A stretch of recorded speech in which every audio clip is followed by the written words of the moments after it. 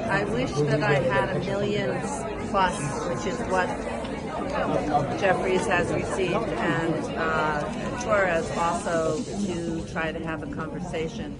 But they clearly don't want to have a dialogue. They don't want to have a conversation, which to me makes it seem as if they're afraid to know the truth of what's actually going on.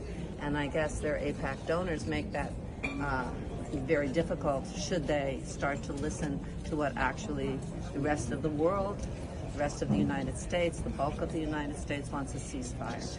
There's never been a peace that's been attained through violence. We have to have a permanent ceasefire and save the lives of all those people that are now basically in a corner, just being shot at like fish in a barrel. And very, as we know, and it was seen during the South African testimony, pages and pages and pages that clearly say this is a genocide. And so I'm here. I'm very grateful to be here just to try to lend my voice to elevate the voices of all the people who have had so much loss and are fighting so desperately to not keep funding the genocide there. Because there are a lot of Americans that, don't understand why we're able to find billions of dollars for war, billions of dollars to a country that has health care, that has subsidized housing, that has free education, when we're told in this country it's impossible. So I think that's another element of people that need to be listened to.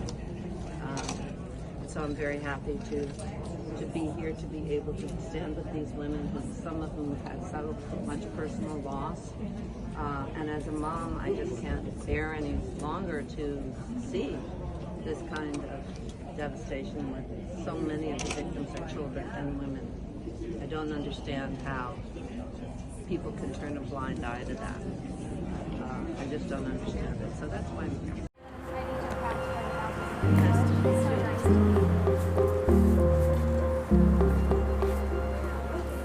Did you have any questions? I know I'm like now older because they come up. We need a permanent ceasefire. It's like shooting fish in a barrel right now with people stuck and not being able to get out, the hospitals being destroyed. All you have to do is look online and you can see that it's a complete genocide. Thank you for standing up. Thank you guys so much for being here. I feel very strongly that our tax dollars, while we don't have, and I can't compete with the money that AIPAC has given, so that's a problem because I know that has a large influence. But you have to peek out and see that outside of this bubble, most of the world understands that there's a genocide happening. 80% of Americans want a ceasefire. To be giving my tax dollars to provide the ammunition for the war, it's not enough to say you're concerned. If you keep giving this to people, then it's going to keep happening.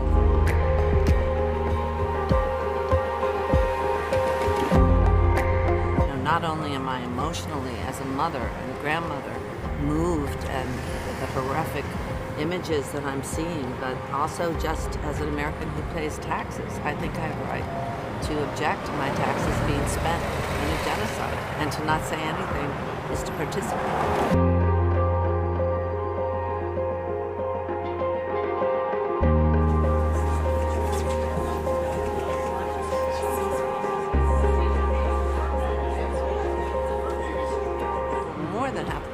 I've been marching with are Jewish and have connections to the Holocaust. It's not a religious war. It's about aggression on the part of Israel. It's about taking land. It's about occupation. It's a war of occupation, and it's been going on for 75 years. Hamas didn't even exist for 45 years, and thousands of people have been killed. So, no, calling people anti-Semitic who question Israel is just an old way of getting people to shut up. Let Gaza live. Let Gaza live. Let Gaza live. Let Gaza live. Stop genocide.